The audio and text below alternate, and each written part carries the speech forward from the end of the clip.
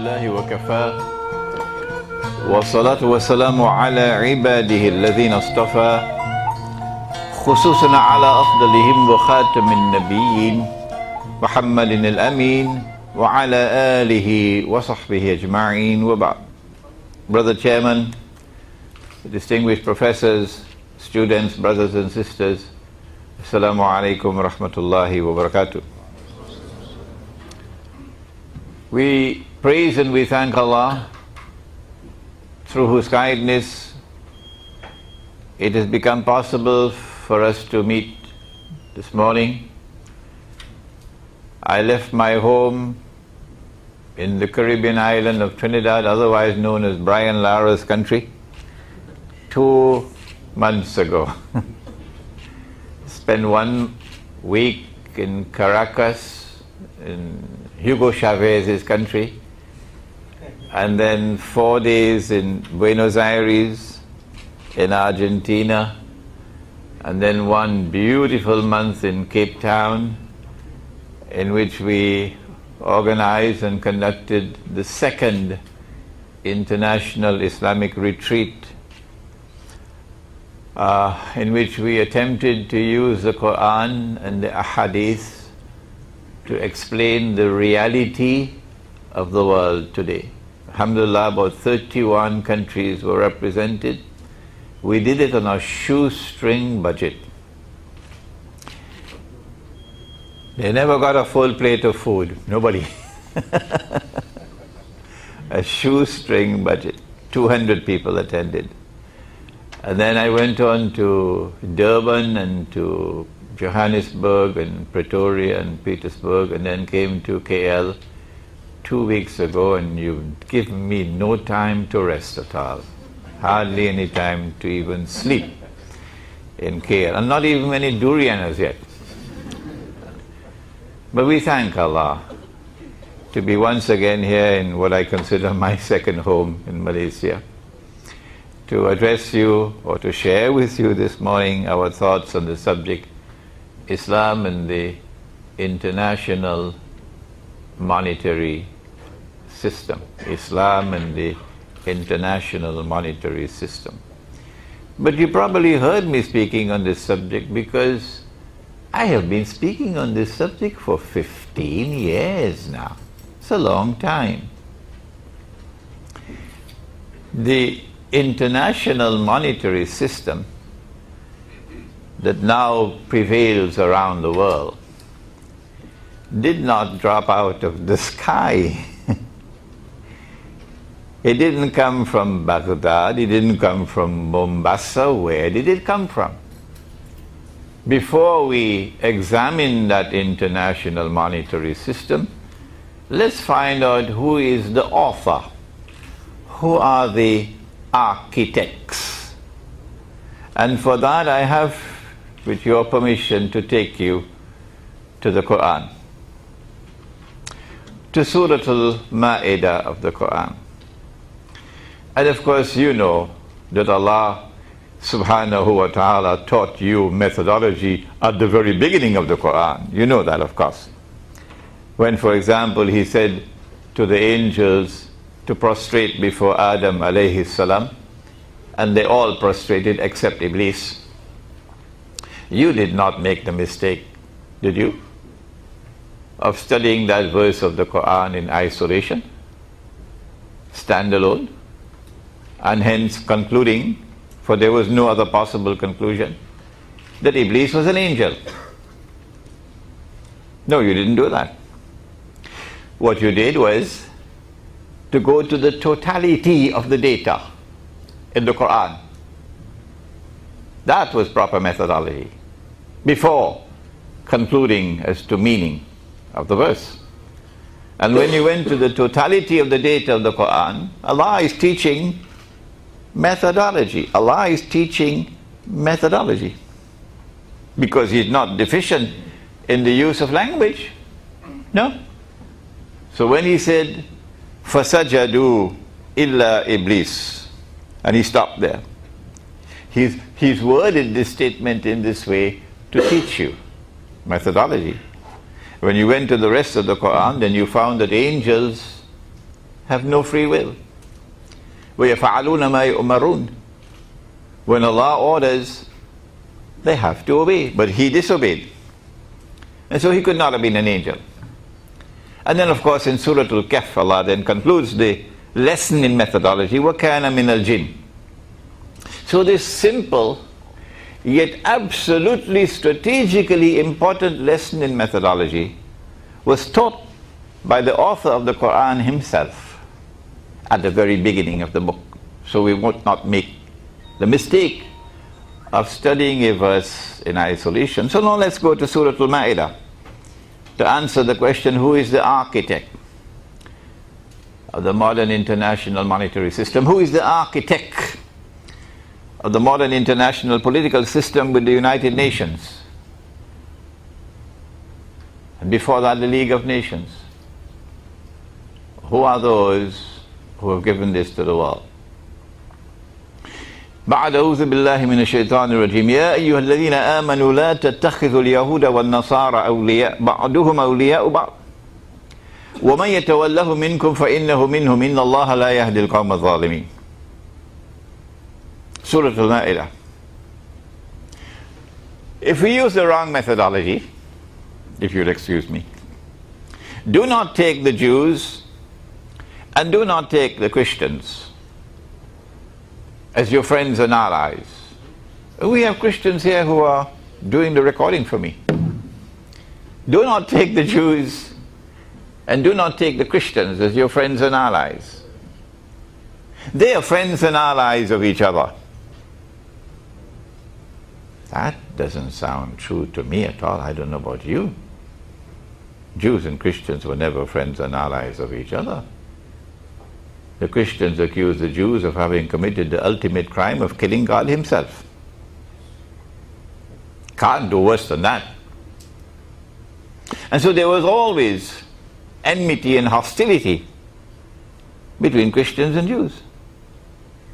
Do not take the Jews and do not take the Christians as your friends and allies. They are friends and allies of each other. And whosoever from amongst you turn to them with friendship and alliance belong to them. And Allah does not provide guidance for a people who commit dhulm. That's the wrong methodology. Now let us go to the rest of the Quran, where Allah permits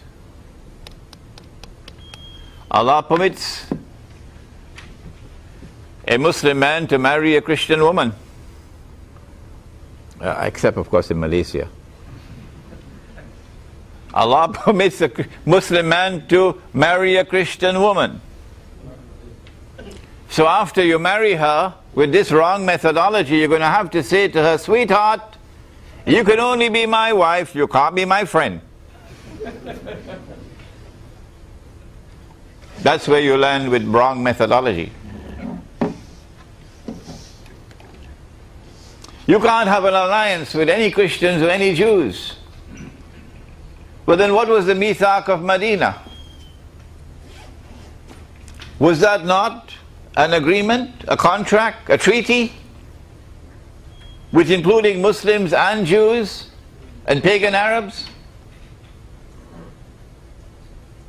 Contracted by the Prophet himself, alayhi salatu wasalam. We are heading into troubled waters now.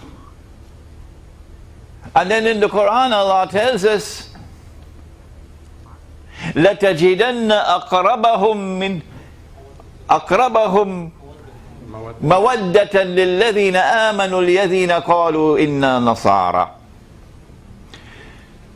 And you'll certainly find those who have the most love for you to be those who say we are Christians. And you're going to say to them, we can't be friends. We can't have an alliance with you. Sounds as though we're getting into even more troubled waters now with this defective translation of the verse. Well then what is the meaning of the verse? It is when you go to the totality of the data in the Quran, which we cannot do in this short address. that we realize that no, this is not what the verse is saying.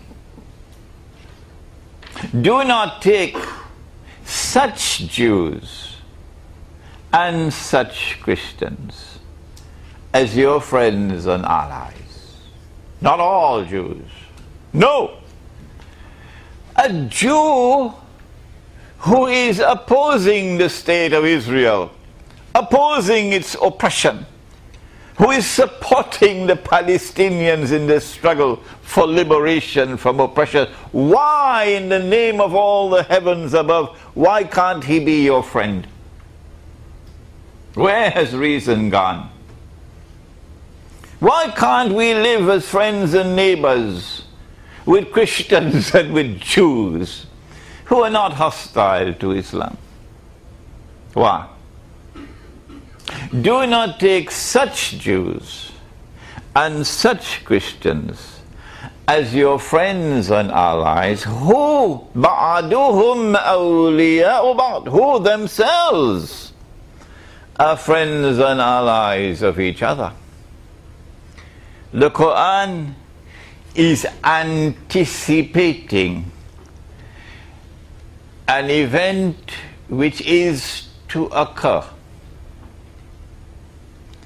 when a strange and mysterious reconciliation will take place between some Christians and some Jews, and a Jewish friendship, Jewish-Christian or Judeo-Christian friendship and alliance will emerge.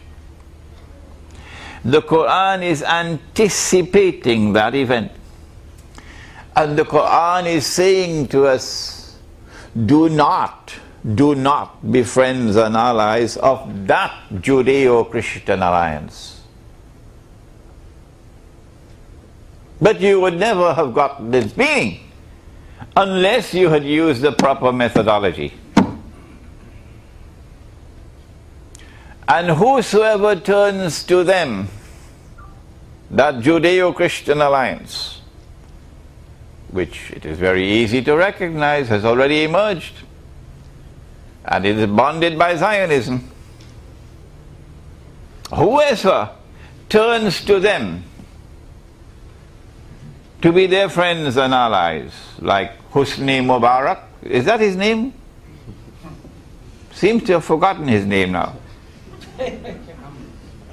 Like Parvez Musharraf, is that his name? Seems to have forgotten his name now. Whosoever from amongst you turn to them with friendship and alliance, فَإِنَّهُ مِنْهُمْ, he belongs to them. He's no longer part of us. So we need a new theology. We need a new theology for Akhirul Zaman. إِنَّ اللَّهَ لَا يَهْدِي الْقَوْمَ الظَّالِمِينَ. Allah will not provide guidance for a people who have this as their trademark. Dhulm. So the Judeo-Christian alliance would have as its trademark that it commits dhulm after dhulm after dhulm. That Judeo-Christian alliance is responsible for giving to the world modern Western civilization. Modern Western civilization did not drop out of the sky. It has not emerged in history by accident. No. There is an architect, and this is the architect. That Judeo-Christian alliance has given to the world the modern scientific and technological revolution. They are at the heart of it.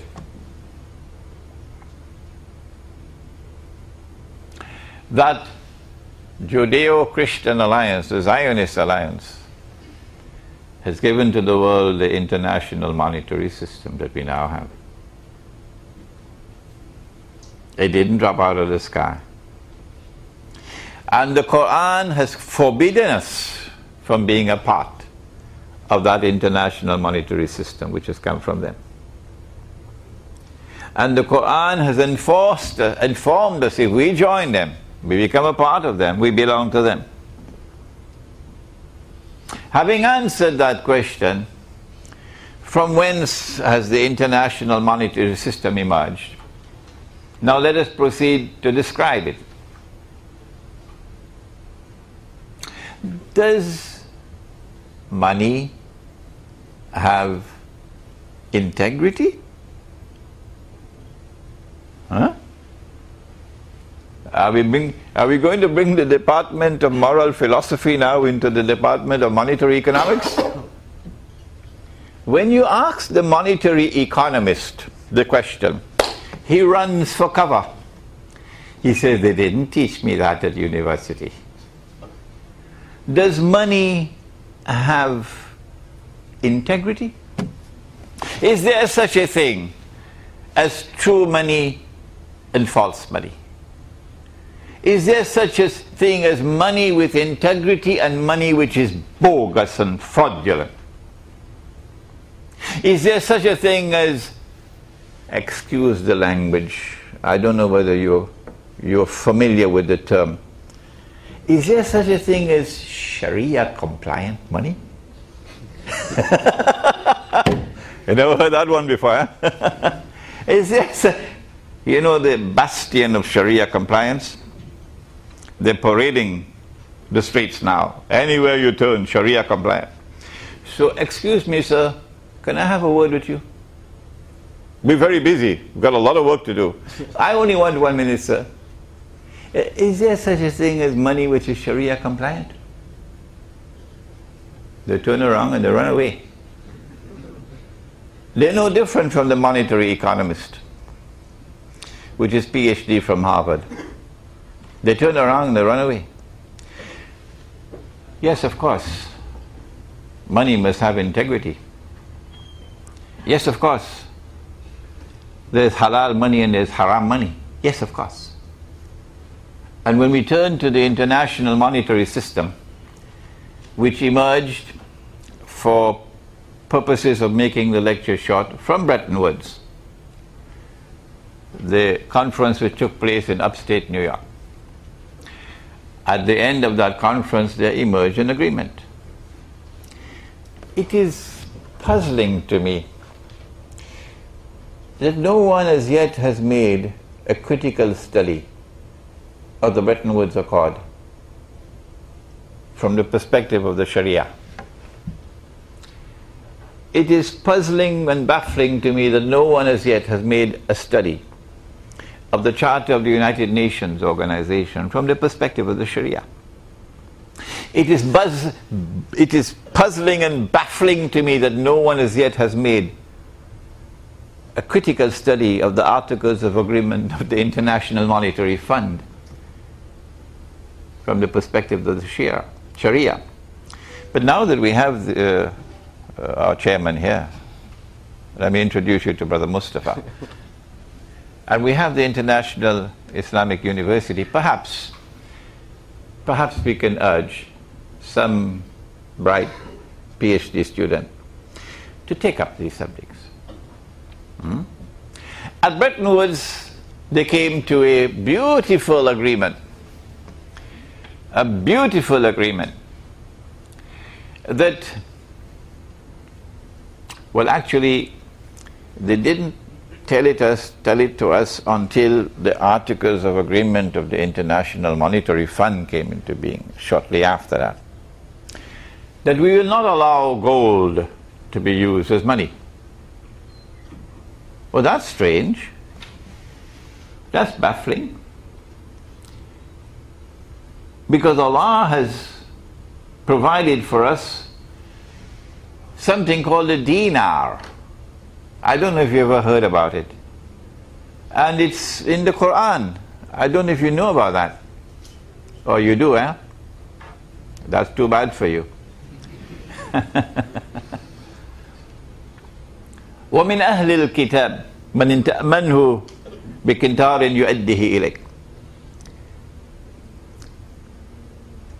وَمِنْهُمْ مَنْ إِنْ تَأْمَنْهُ بِدِينَارٍ لَا يُؤَدِّهِ إِلَيْكَ إِلَّا مَا دُمْتَ عَلَيْهِ قَائِمًا ذلك بأنهم قالوا ليس علينا في الأميين سبيل ويقولون على الله الكذب وهم يعلمون. So dinar is in the Quran, and the dinar in the Quran is not made of paper, it's a gold coin. And dirham is in the Quran. The dirham in the Quran is not made of paper, it's a silver coin. And yet the International Monetary Fund, the Articles of Agreement, prohibits the use of this money. How come it did not register on all the scholars of Islam who are experts in Islamic finance? That Allah has given something as money, it's there in the Quran. And they, the Judeo-Christian alliance bonded by Zionism, who gave us the International Monetary Fund, they have prohibited its use as money. Ron Paul, the presidential candidate, the perennial presidential candidate in US elections, has been advocating the cause of the gold coin for some time now. So Ron Paul penned a letter to the US Treasury Department many years ago, asking the Treasury Department for an explanation. Why has the United States of America entered into that agreement with the International Monetary Fund, accepting the prohibition of gold as money? Ron Paul wants to know why. A few years have passed and he's still waiting for an answer. They will not answer him. The Bretton Woods Agreement substituted real money with paper currencies.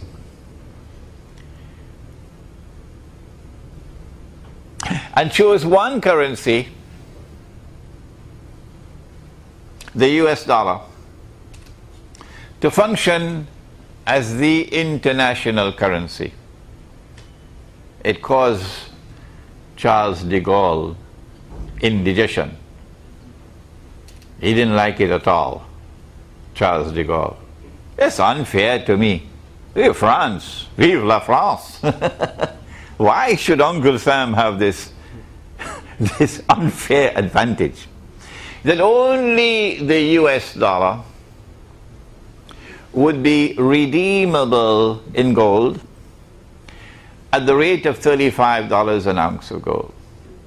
And remember, when we, the Judeo-Christian alliance, when we give our word, we don't have to keep our word. Pacta sunt servanda is for the birds, not for us. Pacta sunt servanda, the Latin term for treaties and agreements must be honored. It's at the heart of international relations. Pacta sunt servanda. So the US dollar would be redeemable at $35 an ounce of gold, but when we give our word, we don't have to keep it. And all the rest of the paper currencies in the world would not be redeemable in gold, but rather they would have their value in relation to the US dollar, giving to the US dollar a commanding position in the world of money as the international currency par excellence. So the United States can become, without any question of a doubt, the ruling state in the world. And to compound that, the United States entered into an agreement with OPEC, the oil exporting countries. An agreement which was haram, because it violated the free and the fair market. That none of them will sell oil to anyone other than with payment in US dollars. You can bring as much gold in the world, you cannot buy oil with gold. You cannot buy oil with German marks, you cannot buy it with Australian dollars, you can't buy it with any, forget about the ringgit. The only way you can buy oil is with US dollars. And so an entrenched system that destroys the free and fair market. And so all those currencies out there now are not redeemable in gold. It's like writing a check which cannot be cashed. You can only exchange the check for another check. You can never cash the check. That's haram. So that system is 99% haram.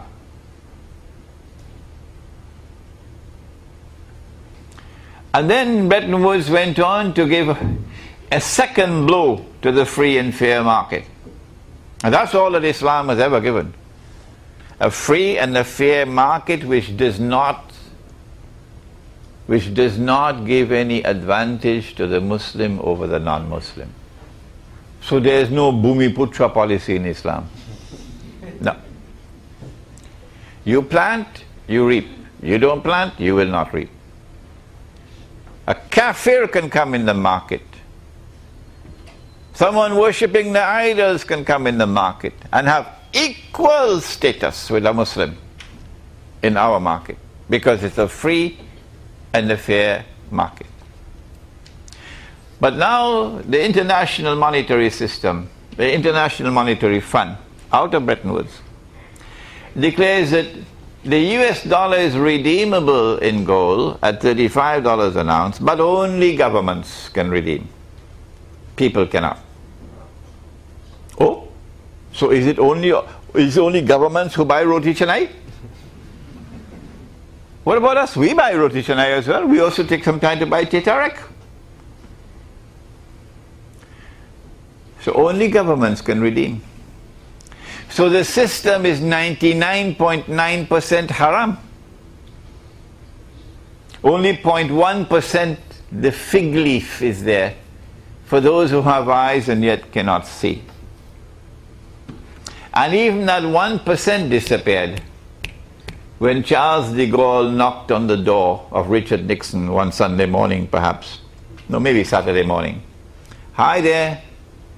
Are you there? Bonjour. So Richard Nixon woke up, opened the door, saw Charles de Gaulle. I have $3 billion US dollars. Come on, Uncle Sam, I want the gold. Charles de Gaulle was not expecting what the Americans would do. So they retired, you know, they always do that, retired to Camp David. And then Sunday morning, they announced, we gave our word, but we don't have to keep it. And so they took Bretton Woods and they tore it up. In other words, they refused to redeem the $3 billion in gold. Why? Because if they gave that $3 billion in gold to Charles de Gaulle, there would be a line. By Monday morning, 9 o'clock, there'd be a line outside. And first in the line would be Saudi Arabia. And then there would be Kuwait. And you know, Uncle Sam, we want the gold. But they had printed more paper than they had gold. If I did that, they'd throw me in Guantanamo. And so the monetary system, which dropped out, no, not from the sky, sorry, from the Anglo-American, the Judeo-Christian alliance, Zionist Judeo-Christian alliance, was bogus, was fraudulent, was haram. This was September 1971 when the 0.1% disappeared. And since September 1971, it is now, you can say it, once you know the subject. You can take a piece of paper and print a picture on it and put a number on it and say abracadabra, and you can assign to that piece of paper an entirely fictitious value. Oh? So one piece of paper would have the value of roti canai. And another piece of paper would have the value of a BMW. And if you have a printing press and you have enough paper and ink, you could buy all the oil of Saudi Arabia. And when they print their paper, on the other hand, when they print their paper,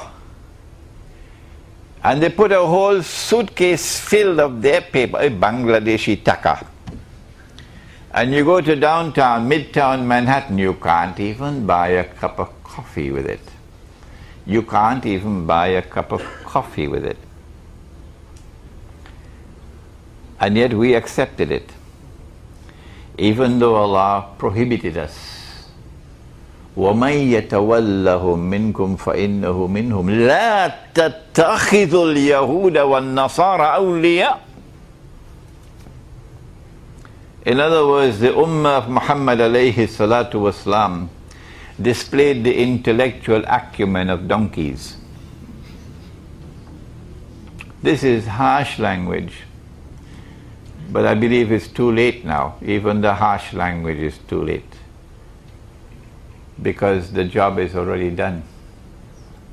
They don't need it anymore. That international monetary system is collapsing. It's collapsing. I anticipate it would not be long from now before the United States government demonetizes the US dollar.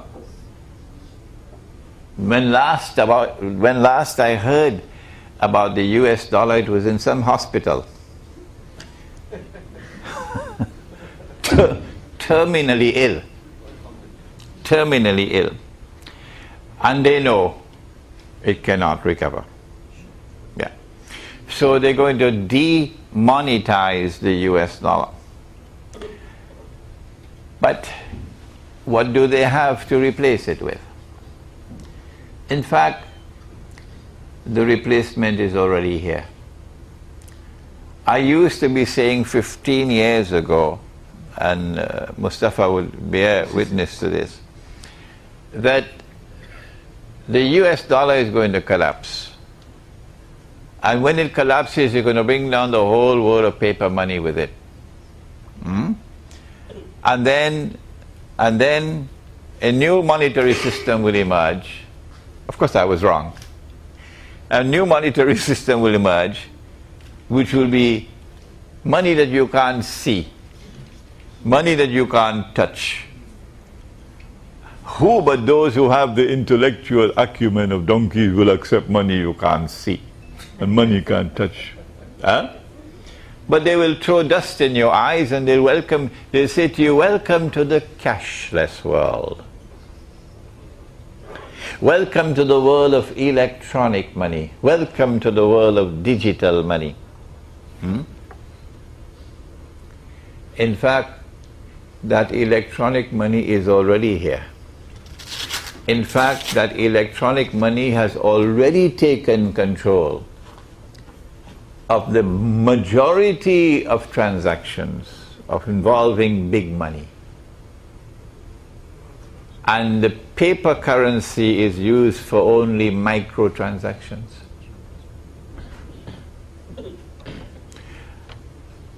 They will need to have something to replace the US dollar and the world of paper money.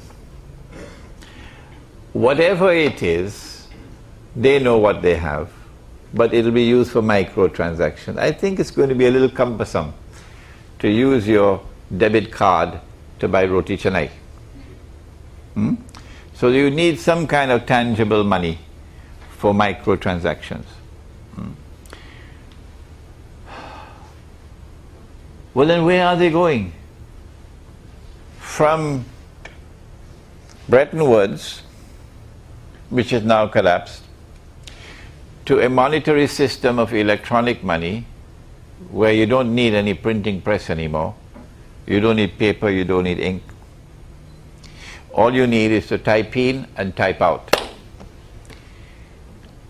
It is a magnificent system of financial espionage, magnificently designed. I have to give credit where credit is due. Satan is sometimes brilliant. So they know how much money you have. They know how you're using your money. And they can, whenever it's convenient to them, shut down your account. And when they shut down your account, don't come to me. No, don't come to me and complain. Because the Quran tells us what is money.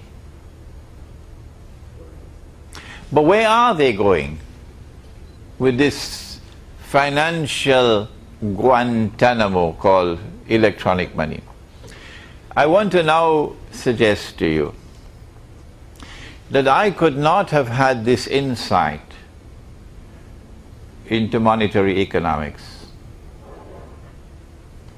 in which I began with the sterling pound to the US dollar and so on, without a branch of knowledge called Islamic eschatology, or the ilm of Akhirul Zaman. That I could not have penetrated the world of money without studying the subject of Dajjal, the false Messiah, and without studying Gog and Magog. I wrote Jerusalem in the Quran, which is there, 10 years ago. Jerusalem in the Quran probably qualifies as a textbook of Islamic eschatology. Jerusalem in the Quran has been translated to several languages, including Malay. It has become a bestseller. It has remained a bestseller for 10 years. It has been accepted by thousands who are convinced by the analysis. And yet I have failed. I've failed again and again and again and again, and I've failed miserably in convincing the world of Islamic scholarship. I have failed miserably in convincing the ulama, the shuyukh, the muftis. And I do not want to show disrespect for the scholars of Islam.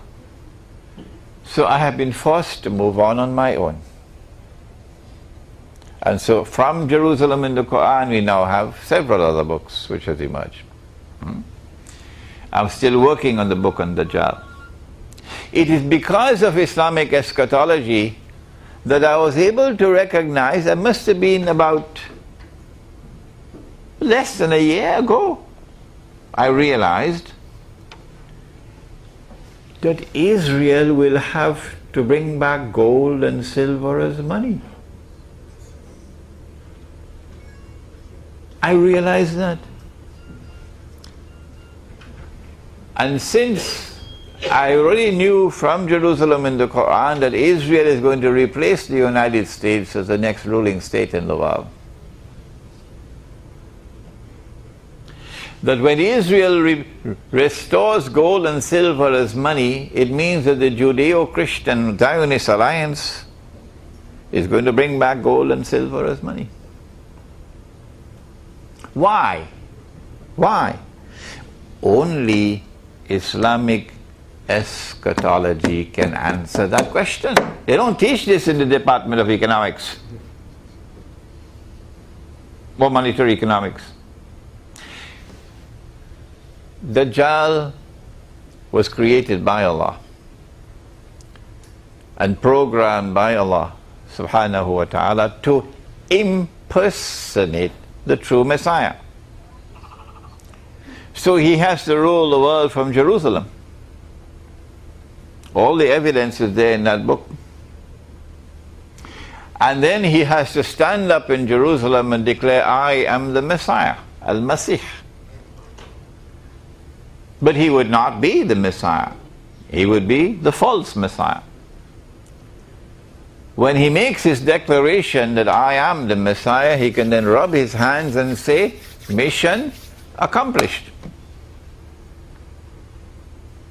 It is only then that Allah subhanahu wa ta'ala will send back the true Messiah. The return of Nabi Isa alayhi salam is the heart of Islamic eschatology. And I thank Allah that it is not stated in the Quran explicitly. Thank you, Allah. So you got to do your homework. You got to string the verses together as a necklace. You got to locate the system of meaning before you can penetrate the subject. It won't come easily.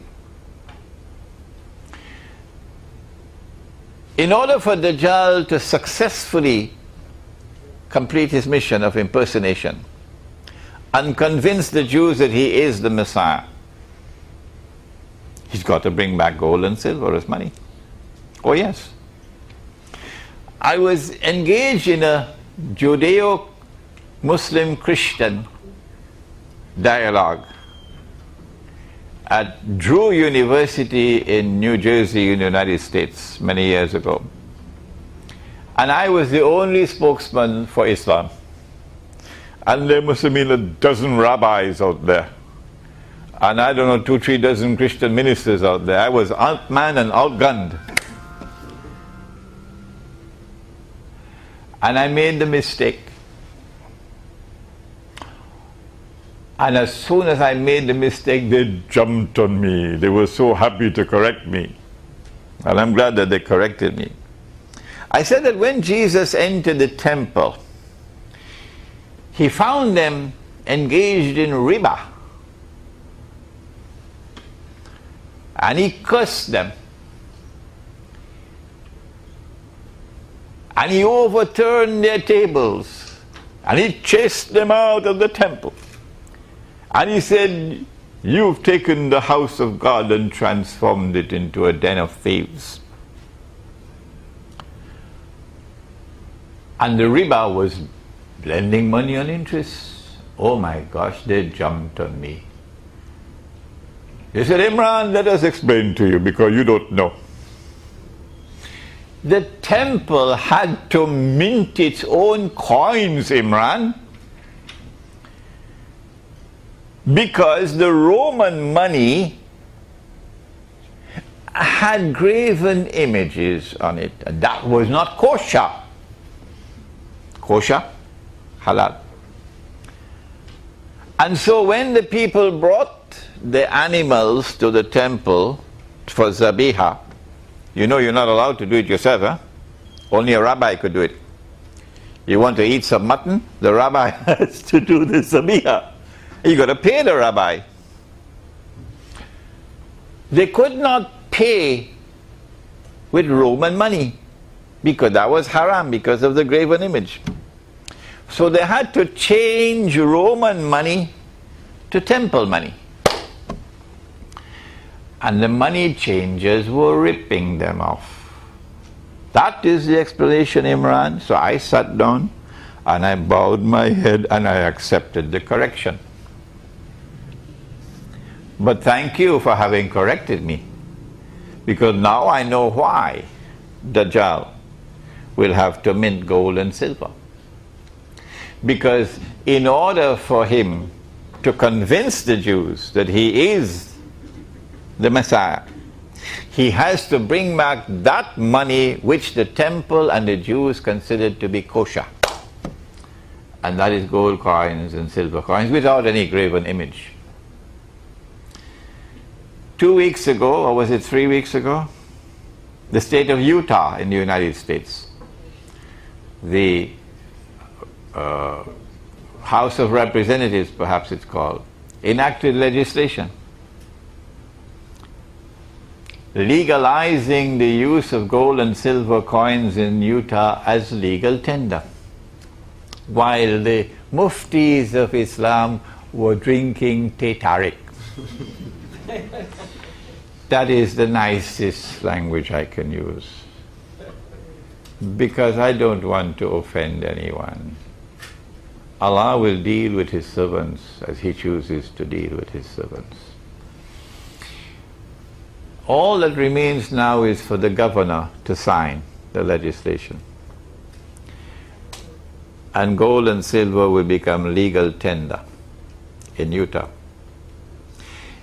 When that happens, and I'm sure it will happen, because if the governor does not sign it, they will ship him out faster than Federal Express. Oh yes. That is Utah. There will be other states in the United States which will want to follow. So Barack Obama will have to respond, and I'm waiting to see his response. The Federal Reserve will have to respond, the Treasury Department will have to respond, and the International Monetary Fund will have to respond. And so I'm waiting to see their response.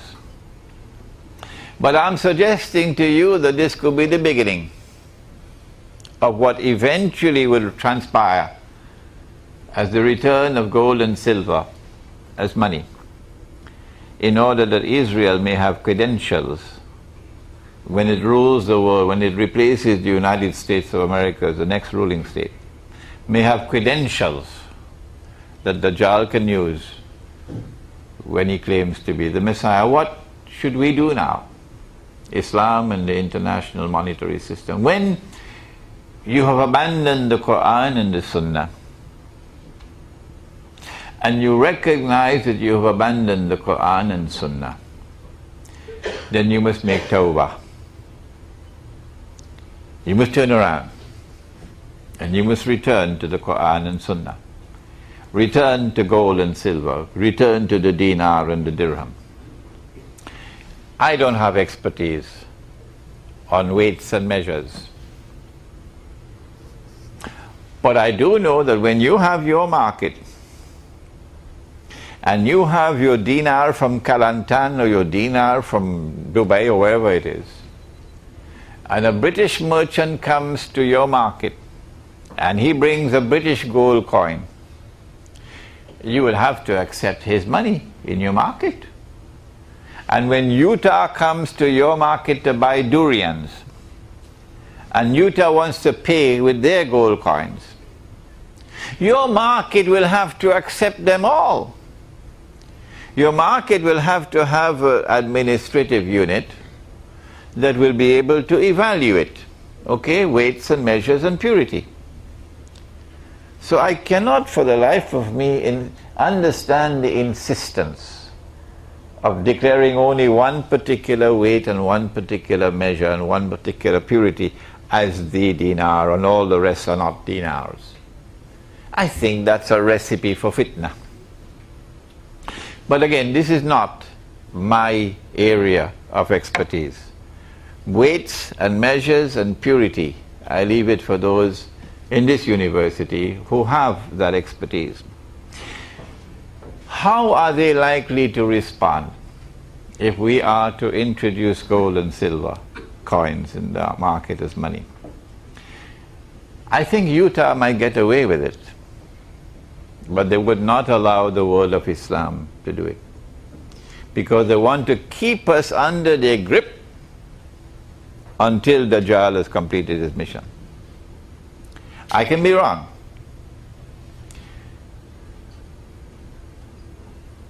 If we cannot bring back the dinar and dirham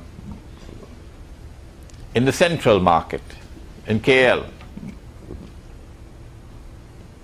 then what should we do? I've been saying this for 15 years now. If the macro is not possible, why not the micro? Mao Zedong did it. Fidel Castro did it.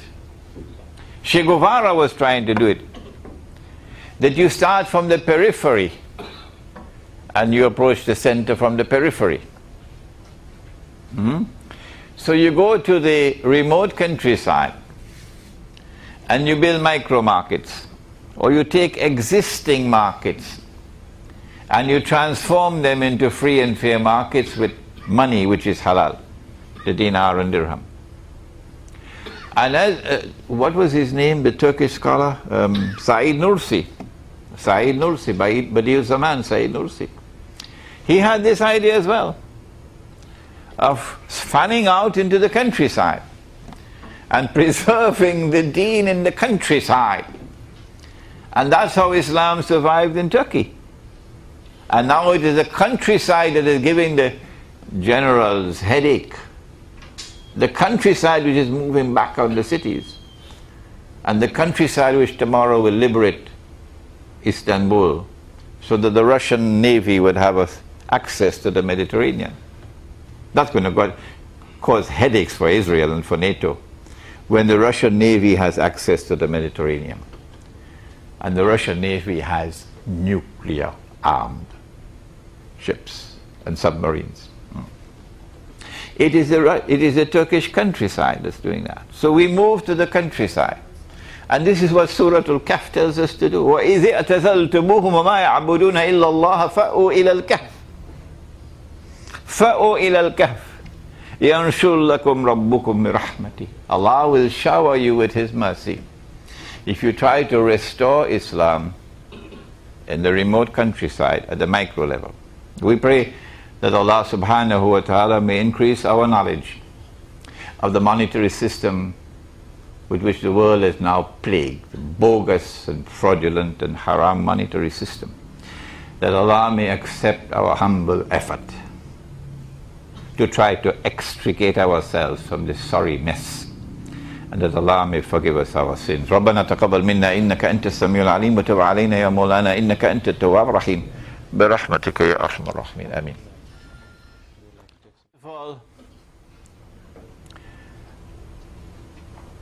If you are a critical student, you will never accept anything that I say without first being convinced that it is the truth. If you do otherwise, I'll be terribly disappointed in you. You must first be convinced of something as the truth before you accept it. And so don't listen to me alone. You have that Sharia council and you have that Mufti and you have this one, and study them all. And if at the end of the day you are convinced that the OIC is correct, well fine, accept the OIC. I am not going to comment on their opinions. I'm going to restrict myself, and very sensibly so, to presenting my own view and leave you to do your homework.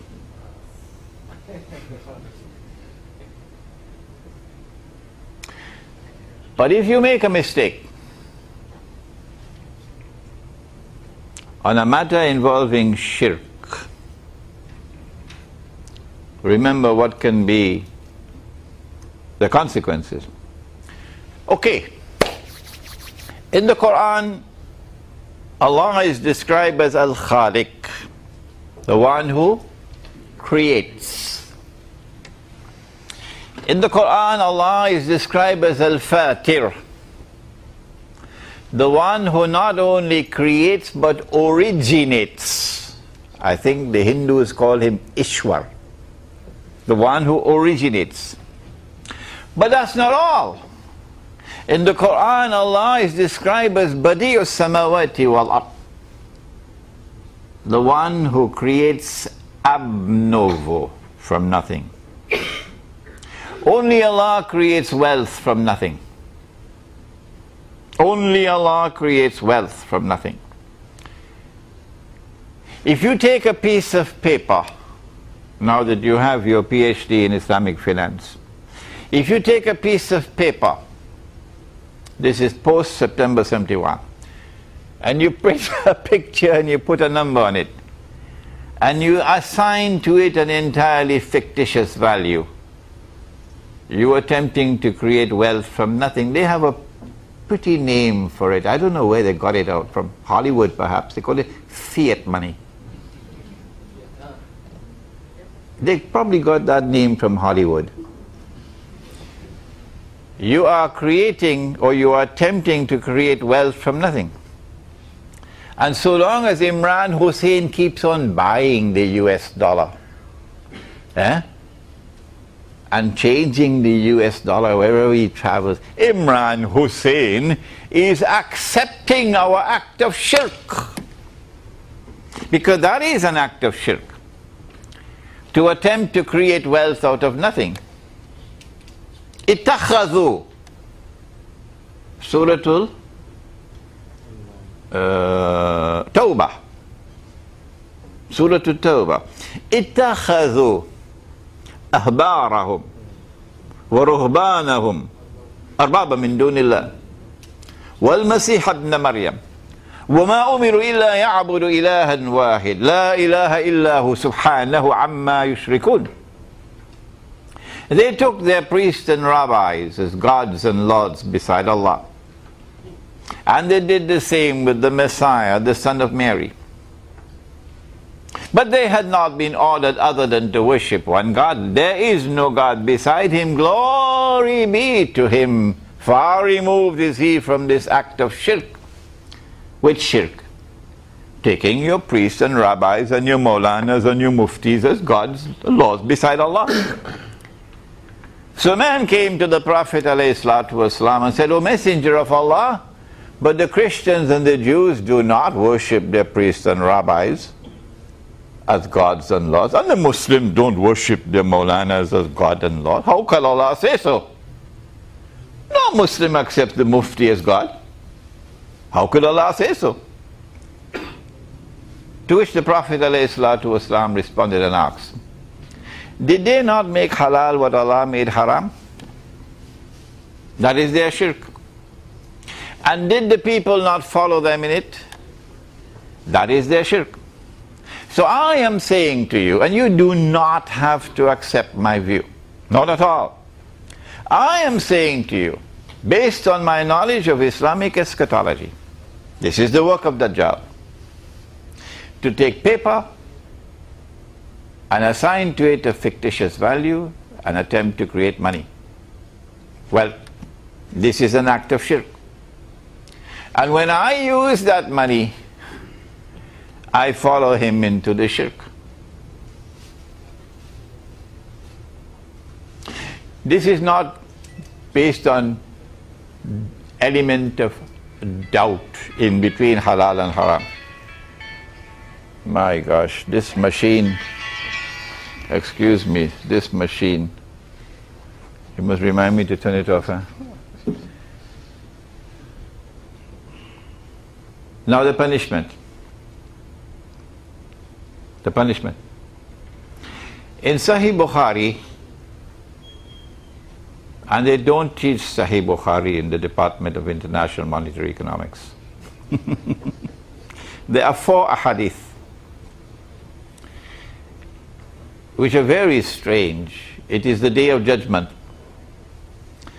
And Allah subhanahu wa ta'ala, who is Ar-Rahman, the compassionate, Ar-Rahim, the merciful, Al-Ghaffar, the forgiving.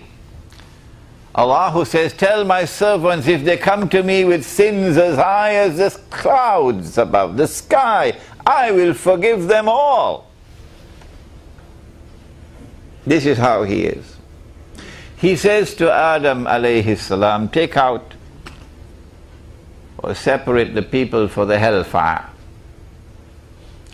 And Adam alayhi salam asks, how many are they, O Allah? And Allah subhanahu wa ta'ala says, out of every 1,000, take 999 for the hellfire. You don't have to believe me. Just open Sahih Bukhari and we'll read it. 4 times, so mutawatir. How is it possible that the God who is merciful and forgiving, who says, tell my servants, if inna Allah yaghfiru dhunuba jami'a, Allah is prepared to forgive all sins. How is it possible for him to consign 999 out of every 1,000 to the hellfire? There's only one answer to that question. That there's one sin that he will not forgive. And that is shirk. Or in Malay you say shirik. And so the only possible explanation for this hadith is that 999 out of every 1,000 are entering into the hellfire basically because of shirk. And I am doing nothing more than suggesting to you, you do not have to accept my opinion, that we are inundated with shirk all around the world today. There is shirk in that monetary system. There is shirk in the political system of the modern secular state. with its claims to democracy, when it declares that sovereignty is now located with the people, no longer with Allah. He is no longer Al-Malik, the sovereign. Forget the word king. This is political terminology now. This is political terminology. He is sovereign. But the modern secular state, which came from the Judeo-Christian European alliance, the Zionist alliance, that modern secular state, which has embraced all of mankind, that modern secular state says that sovereignty is now located in the state. That is shirk. You don't have to believe me. Follow Mufti if you want. That modern secular state says that supreme authority is no longer with Allah. He is no longer Al-Akbar. The state is now Al-Akbar. The modern secular state did not drop out of the sky. It didn't come from Hollywood. When will you wake up? You've got to study Islamic eschatology to understand the emergence of modern Western civilization. You've got to study Islamic eschatology to be able to understand the phenomenon of the modern political system and the modern economic system. The modern secular state says that Allah is no longer Al-Hakam. He is no longer the supreme lawgiver. Supreme law is that of the state. That is shirk. The modern secular state says Allah can make it haram, but we can make it halal. And Surah At-Tawbah tells us that is shirk. And so my answer to you is that yes, it is not located in the grey area between halal and haram. It is most firmly located in the area of haram. However, if you are convinced by the fatwa of the OIC and the fatwa of this one and that one, by all means you can follow them. You don't have to listen to me. Any other questions? For my course on Islamic eschatology, but in particular I'd like the students of Islamic finance, the gold dinar people, to come and attend the course. Because you've got to ask the question. You have to ask this question. You can't spend all your time eating roti canai. Why did the gold dinar and silver dirham disappear from the market? Is it by accident? Is it by chance?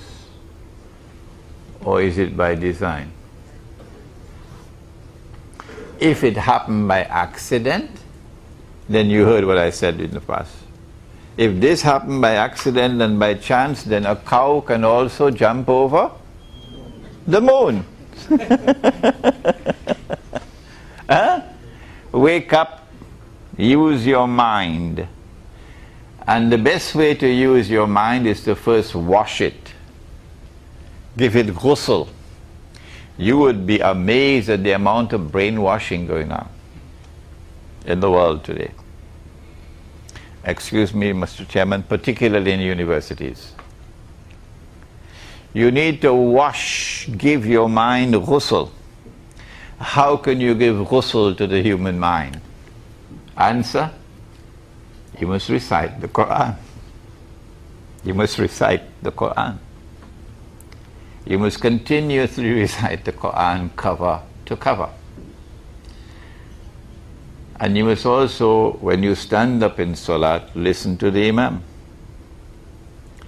And in your heart you must have this feeling, as you're listening to the Quran being recited, that the Quran is cleansing me. Cleansing me. The word of Allah can cleanse me. So I now have the capacity to think. No people on the face of the earth are more brainwashed today than the American people. So when you come to the class of Islamic eschatology, we'll be able to bring the Quran and the Ahadith to bear on the subject of finance, on the subject of monetary economics. You cannot study this subject by itself in isolation.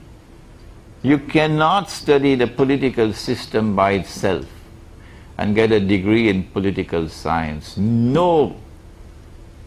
You will never be able to recognize the passage from Pax Britannica to Pax Americana and now to Pax Judaica. This is not taught in any university.